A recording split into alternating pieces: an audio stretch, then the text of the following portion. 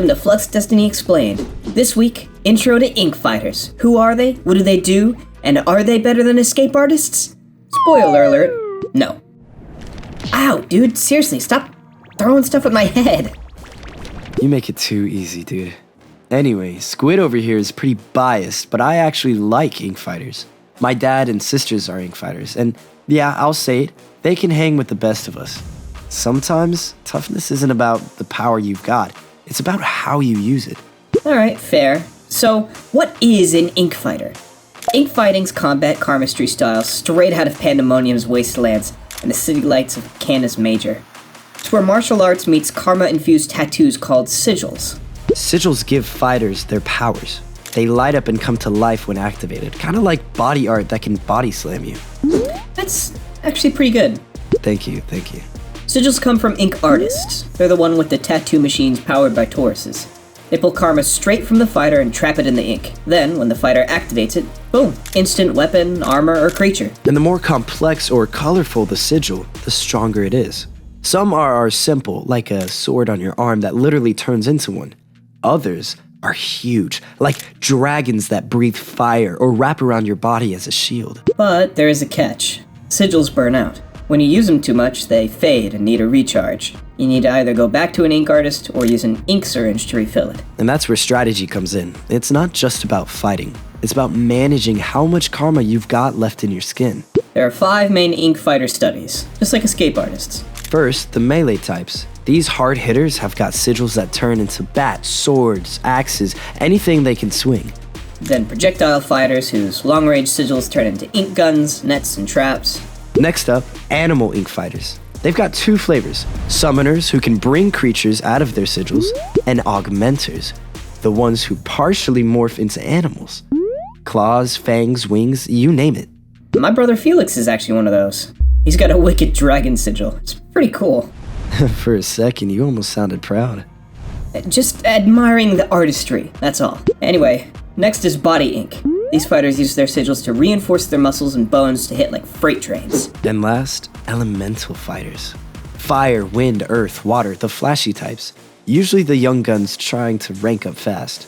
Most fighters stick to one study, but elite can mix 2, like melee fighter with a flaming sword. It's rare, but dangerous. Ink fighters start training very young. Dojos are everywhere now, but the best ones are still in Canis Major. If you're good enough, you'll be in the circuits before you graduate. And those fights are brutal. The sport favors the quick, the bold, and the slightly insane. So, Payback, big question. Right. When an ink artist's tattoo is sigil, they're channeling a ton of karma at once. That's when Payback hits. Well, it hits them, not the fighter. The great machine focuses its wrath on the ink artist creating it. That's why ink artists make big money, and lose lots of fingers. Exactly. The fighter's not totally safe, though. If they overload the sigil or drain it too fast, it can spawn a sigil monster. It's basically a tattoo that decides it hates you. This is exactly why newbies start so small. Work your way up before your ink starts throwing punches for you. So, yeah, ink fighting started as a spiritual practice before becoming a combat sport. Now it's massive in entertainment, especially in Canis Major, where it fights both stadium crowds. And not all of it's above board. Some of those underground matches get messy. Ink fighters aren't just for show, though. The military loves them since they don't need toruses. They can even fight in karma dead zones where other specialties fail. You know, my dad, he wanted me to be in the military. Yeah, I can see that. Ink artists are creative, but, you don't exactly scream follow orders. Exactly, that was the problem. Grandma used to say, "You can train a cat to sit, but it's still gonna knock something off the table." That's so me. Ugh, finally, you're starting to understand Grandma's wisdom. Or was it the cat reference? No, it was the cat reference for sure. Anyway, escape artists and ink fighters kinda butt heads. A lot. Escape artists see ink fighters as easy mode version of Karmastry. Fewer rules, less training. And they see us escape artists as show-offs. The rivalry's gotten ugly. Whole gang wars in some districts. Yeah, but nowadays you see more families like ours. Blended specialties, no big drama, just people trying to live, Karmastry or not. Can you do both? Technically, yeah. Realistically, there's massive pressure to pick a side. People who try are called floaters. It's a terrible name. Yeah, gross. But that's the point. That's how both sides see anyone trying to keep a foot in each pond. Maybe one day that'll change, but alas, today ain't that day. So to wrap it up, ink fighters are martial artists channeling Karmastry through their tattoos. They fight smart, fight hard, and fight beautifully. There's lots of mystery surrounding their history, but we'll learn more about that in the manga series.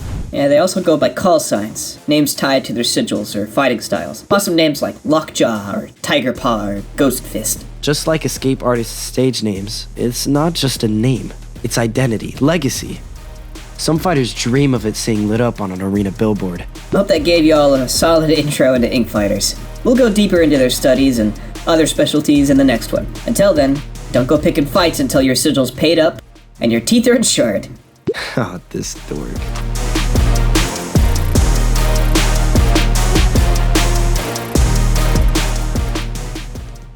Welcome to the Flux Destiny After Show, where we shout out the awesome OCs and creators helping to keep this whole karmic circus in motion. These characters were sponsored by real people. Yeah, you people, the fans. And thanks to that support, we get to keep blasting out new episodes without getting eaten by Payback monsters. That's super cool of you. If you want to see your OC featured in an upcoming episode, check the link in the description. It helps the Flux Destiny universe grow, and hey, it's pretty dang cool seeing your character show up. Alright, before we wrap up, it's time to spotlight a new creator from the community. This one comes from Eric and his OC, who's an absolute legend in the making. Meet Satoshi, ink fighter, descendant of Mew, and full-time Chaos Missile. Satoshi lives life the only way he knows how, head first and no hesitation.